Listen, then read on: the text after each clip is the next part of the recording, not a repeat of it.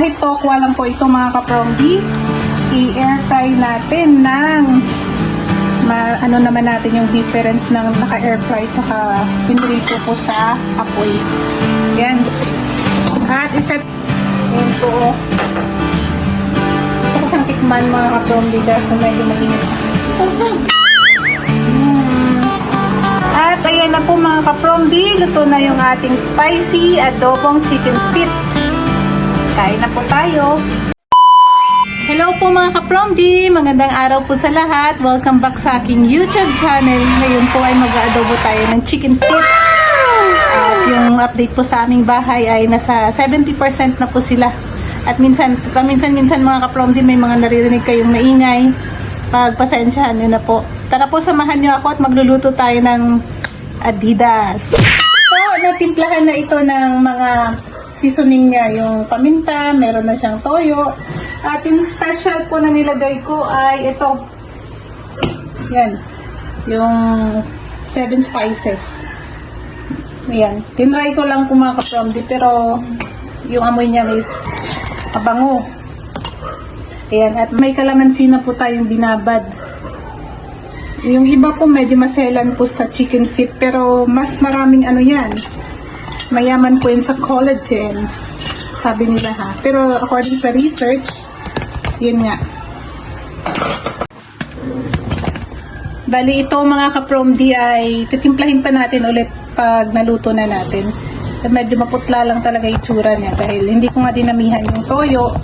Pero yung ano naman ito, sobrang dami nilagay ko ng spices. Toyo lang talaga, hindi ko siya dinamihan. Dahil mamaya ko siya titimplahin pag nasalang na po. Una po, magigisa tayo ng sibuyas saka bawang.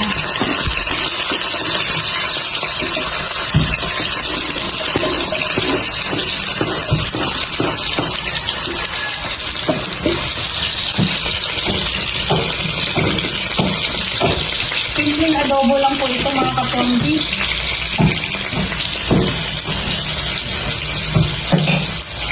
Chicken feet ay masarap.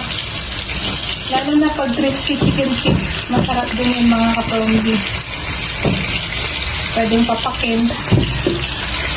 Pwede rin pang ulam. Wow, ang bango na. Ayan, binaliktad na natin mga kapromdi.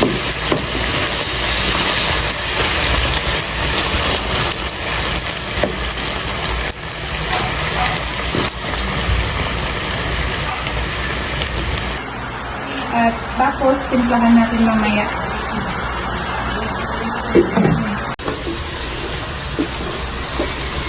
Yan, hinalo-halo na po natin ito. At takpan na lang natin. Pagano-gano. At dagdagan natin ito, 7 spices. Ito yung magpapasarap dito.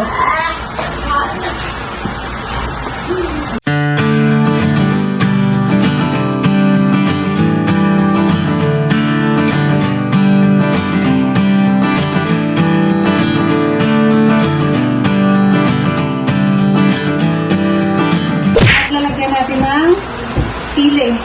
May konting sipa naman. Ayan. Ayan na po mga kapromdi. Titikman natin ngayon. Mag-air fry tayo ng tokwa mga kapromdi.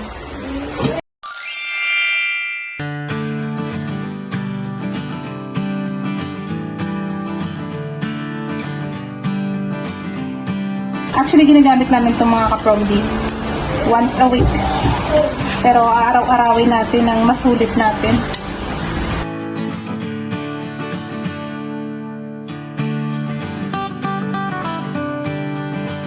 Kahit tokwa lang po ito mga kapromdi, i-air fry natin ng ano naman natin yung difference ng naka-air fry tsaka pinrito po sa apoy. Yan. At iset po natin ito. Set na po natin itong ating fried tokwa. I-air fry na tokwa sa 15 minutes lang dahil madali lang naman yung maluto. Yan. Dapat nakatapat po siya dito sa arrow. Then, po natin ito ng 120. 120. So, ito siya. Ano siya dito? Nakatapat. Magamit naman natin ito at araw-araw. Ayan po, na-set na natin ito ng 120. So, tokwa lang naman to. Yan. Yun ang ating air fry. Air fry natin siya. Tingnan natin yung difference ng tokwa na naka-air fry versus doon sa nakaluto tayo sa apoy. Kung anong difference. Ayan po, oh. Gusto ko siyang tikman mga ka-promdi so medyo mainit. Mainit pa talaga. Hindi natin siya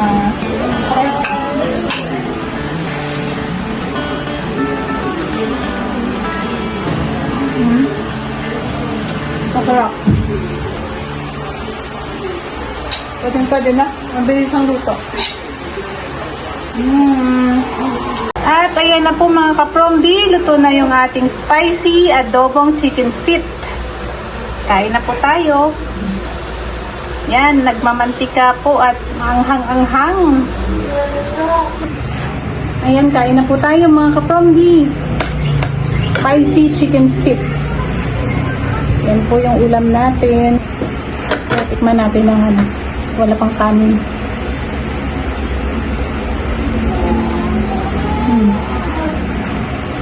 Ang lambot niya.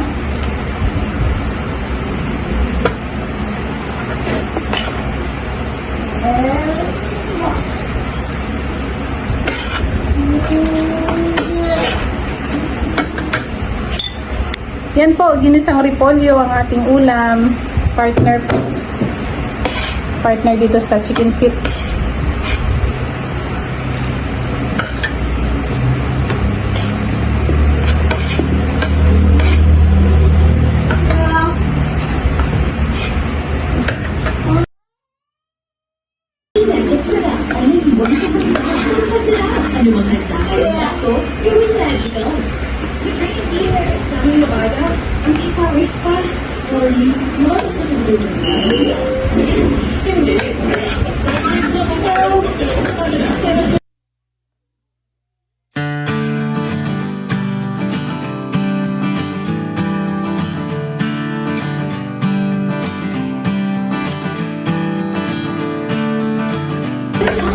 Infused with 100% natural aloe vera extract.